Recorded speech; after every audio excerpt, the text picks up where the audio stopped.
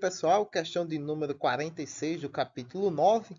Na figura, um bloco inicialmente em repouso explode em dois pedaços, E e D, que deslizam sobre um piso em um trecho sem atrito e depois entram em regiões com atrito, onde acabam parando. O pedaço E, com a massa de 2 kg, encontra um coeficiente de atrito cinético de 0,4 e chega ao repouso em uma distância de 0,15 metros. O pedaço D encontra um coeficiente de atrito cinético de 0,5 e desliza até o repouso em uma distância de 25 centímetros. Qual era a massa do bloco? É do bloco original. Do bloco original ou é do bloco D? Vamos entender aqui. É do bloco original, senão ia ficar muito fácil. É 2 estrelas e geralmente, às vezes, essas questões de 2 estrelas são piores que as de 3. Então, nós temos aqui o nosso bloco original, que é o que a questão pede, né? Pede a massa desse bloco original. Ele está aqui sobre uma superfície sem atrito, aqui em marrom bem escuro. Ele vai explodir e um pedaço vai se deslocar para a esquerda e outro pedaço vai se deslocar para a direita, encontrando aqui superfícies com atritos diferentes. Um aqui com atrito E e outro com atrito D. Então, nessa explosão, dois pedaços correm em direções diferentes, onde nós vamos ter um pedaço E, que vai deslizar sobre uma superfície com atrito μe de 0,4, e, por consequência, ele desliza 15 centímetros por essa superfície. E um bloco D, que vai escorregar sobre uma superfície de atrito μd de 0,5 e, em consequência dessas condições, ele percorre 25 centímetros, ou 0,25 metros. O bloco E, a gente conhece a sua massa, é de 2 kg. A gente conhece os coeficientes de atrito e a gente conhece os deslocamentos deles após essa explosão. Então, qual é a massa do bloco original? Eu acho essa questão massa porque ela vai incrementar aqui conteúdos do capítulo 5, do capítulo 6, do capítulo 7 e esse aqui agora. No capítulo 7, não, do capítulo 8, na verdade. E esse aqui do 9, né? Ou seja, a gente vai trabalhar forças dissipativas, energia cinética e conservação do momento. Então, vamos começar aqui analisando as interações das forças que atuam sobre esses dois objetos. Então, nós temos o nosso bloco E e o diagrama de forças, né, das componentes das forças que atuam sobre ele, vai ser a força de atrito cinético, né, contrária ao seu deslizamento. Lembre-se, ele está se movendo para a esquerda, então a força de atrito é para a direita. A força peso e a força normal. Pegando aí, nós temos o seguinte. A força resultante no eixo Y é normal menos o peso. Como ele só se desloca no eixo horizontal, a força resultante ela é nula e nós vamos ter a normal igual ao peso, né? Vamos fazer de praxe, né? Vamos seguir o protocolo, né? Lembrando que na horizontal eu vou considerar como sendo positivo a direção para a direita, né? Do nosso eixo X, que é na horizontal. Dessa forma, a nossa força de atrito, que é dada pelo coeficiente vezes a normal, vai ficar como? Vai ficar coeficiente vezes o peso, já que a normal é igual ao peso nessa situação. E o peso é dado pela massa vezes a aceleração da gravidade. Então, nós temos aí a nossa força de atrito. Coeficiente vezes a massa vezes a aceleração da gravidade. De forma análoga, isso também vai acontecer com o nosso bloco D. Então, a gente não precisa repetir tudo isso aqui que a gente fez agora. A gente sabe que a força de atrito sobre o bloco D também vai ser o coeficiente de atrito vezes o peso, né? Que as condições é a mesma, né? Ele só se movimenta na horizontal, então normal igual ao peso, força de atrito é μ vezes a normal, normal igual ao peso, então μ vezes o peso, que é mg. Agora, nós vamos analisar a energia mecânica, né, do sistema. Eu coloquei energia E, era para ter colocado M de mecânica. Então, nós temos aqui a energia mecânica do sistema, que vai ser dada pelo quê? Pela variação da energia cinética e pela variação da energia térmica, né? A energia dissipativa, já que os blocos vão perder velocidade por conta do atrito dado pela energia térmica, né? Que está dissipando energia por conta da força de atrito atuante sobre esses blocos. E por que eu estou fazendo essa análise? Bom, é a partir daqui que eu vou extrair a velocidade desses blocos, né? Que é a velocidade deles após a explosão. Então, nós temos o seguinte. A energia mecânica se conserva, não é? Então, se a gente pegar a variação da energia cinética mais a energia térmica que se dissipou, se a gente somar tudo, dá a energia do sistema total, né? A energia total do sistema. Então, isso significa que a nossa variação da energia cinética é igual ao negativo da energia térmica, ou seja, a perca da energia térmica.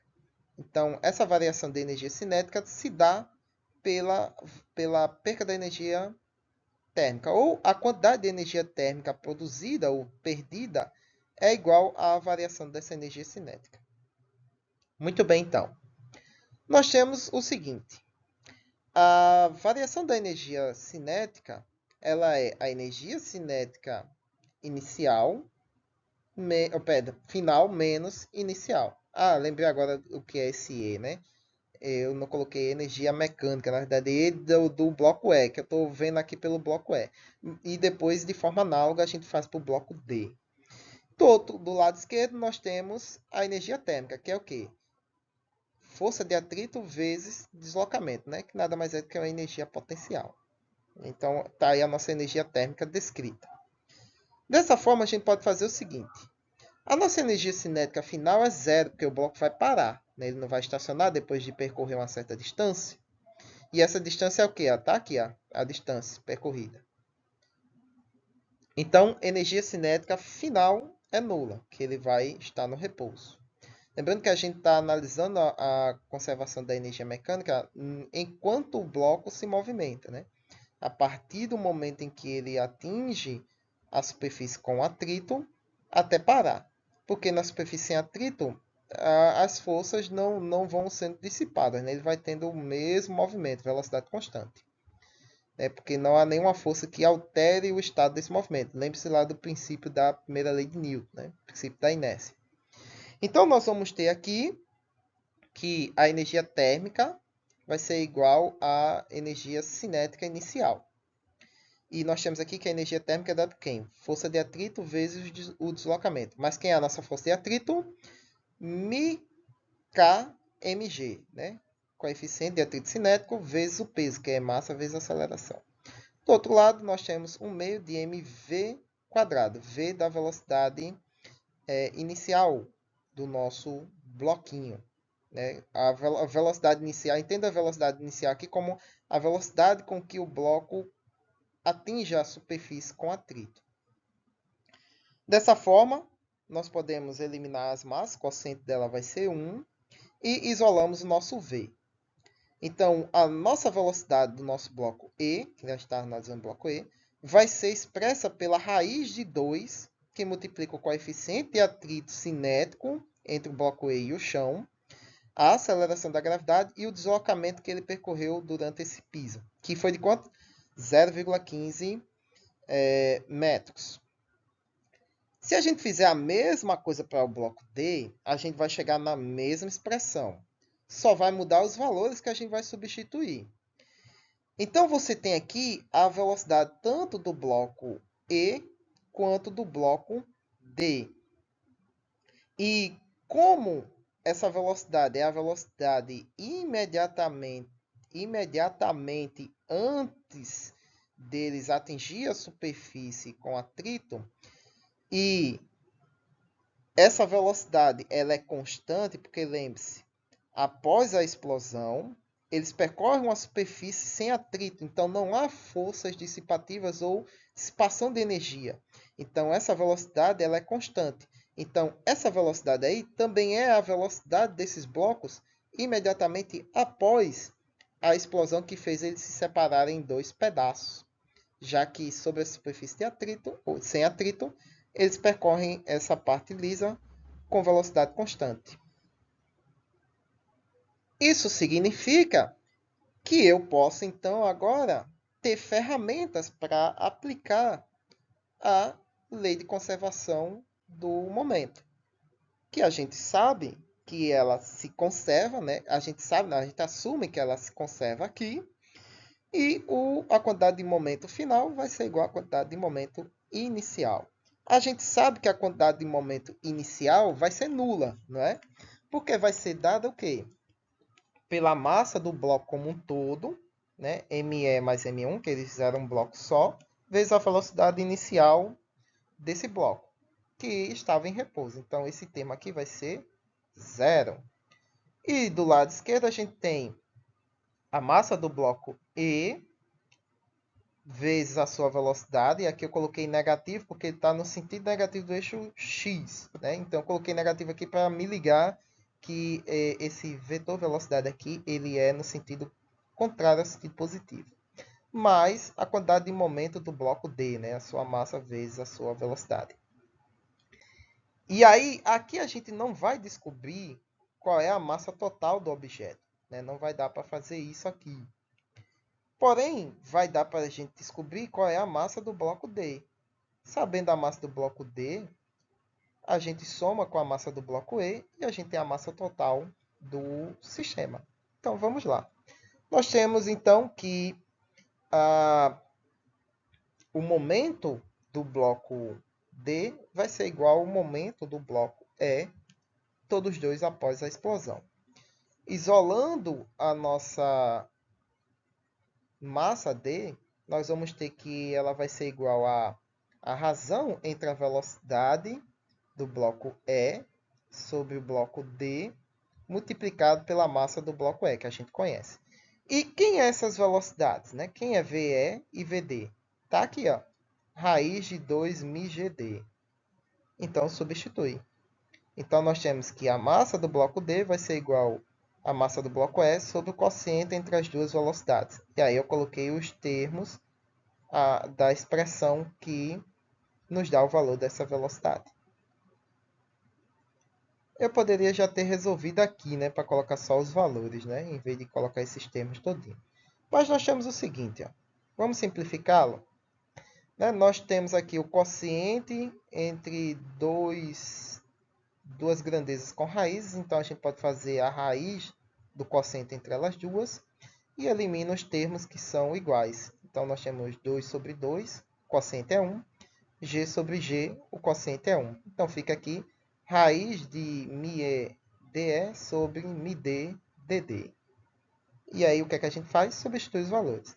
Então nós temos a massa do bloco E, 2 kg, raiz do coeficiente de atrito μe, que é 0,4, e o deslocamento do bloco E, que foi de 0,15 metros, sobre o μd, que é o coeficiente entre o bloco D e o chão, que é 0,5, multiplicado pelo deslocamento desse bloco D, que foi de 0,25. Resolve essa expressão, a gente tem que a massa do bloco D é de 1,39 kg. A gente sabe que a massa do bloco E é de 2 kg, então a gente simplesmente soma e nós temos que aquela massa verde lá, que era formada pelo bloco D e E, tinha uma quantidade de 3,39 kg. Eu gostei dessa questão, ela é bem interessantezinha, ela é bem gostosinha de fazer. Espero também que vocês tenham gostado e que eu tenha ajudado vocês na compreensão desse problema. Curtam, compartilhem, se você é novo, se inscreva no canal. E, como sempre, dúvida, crítica e sugestões aí na caixa de comentários. E até a próxima questão.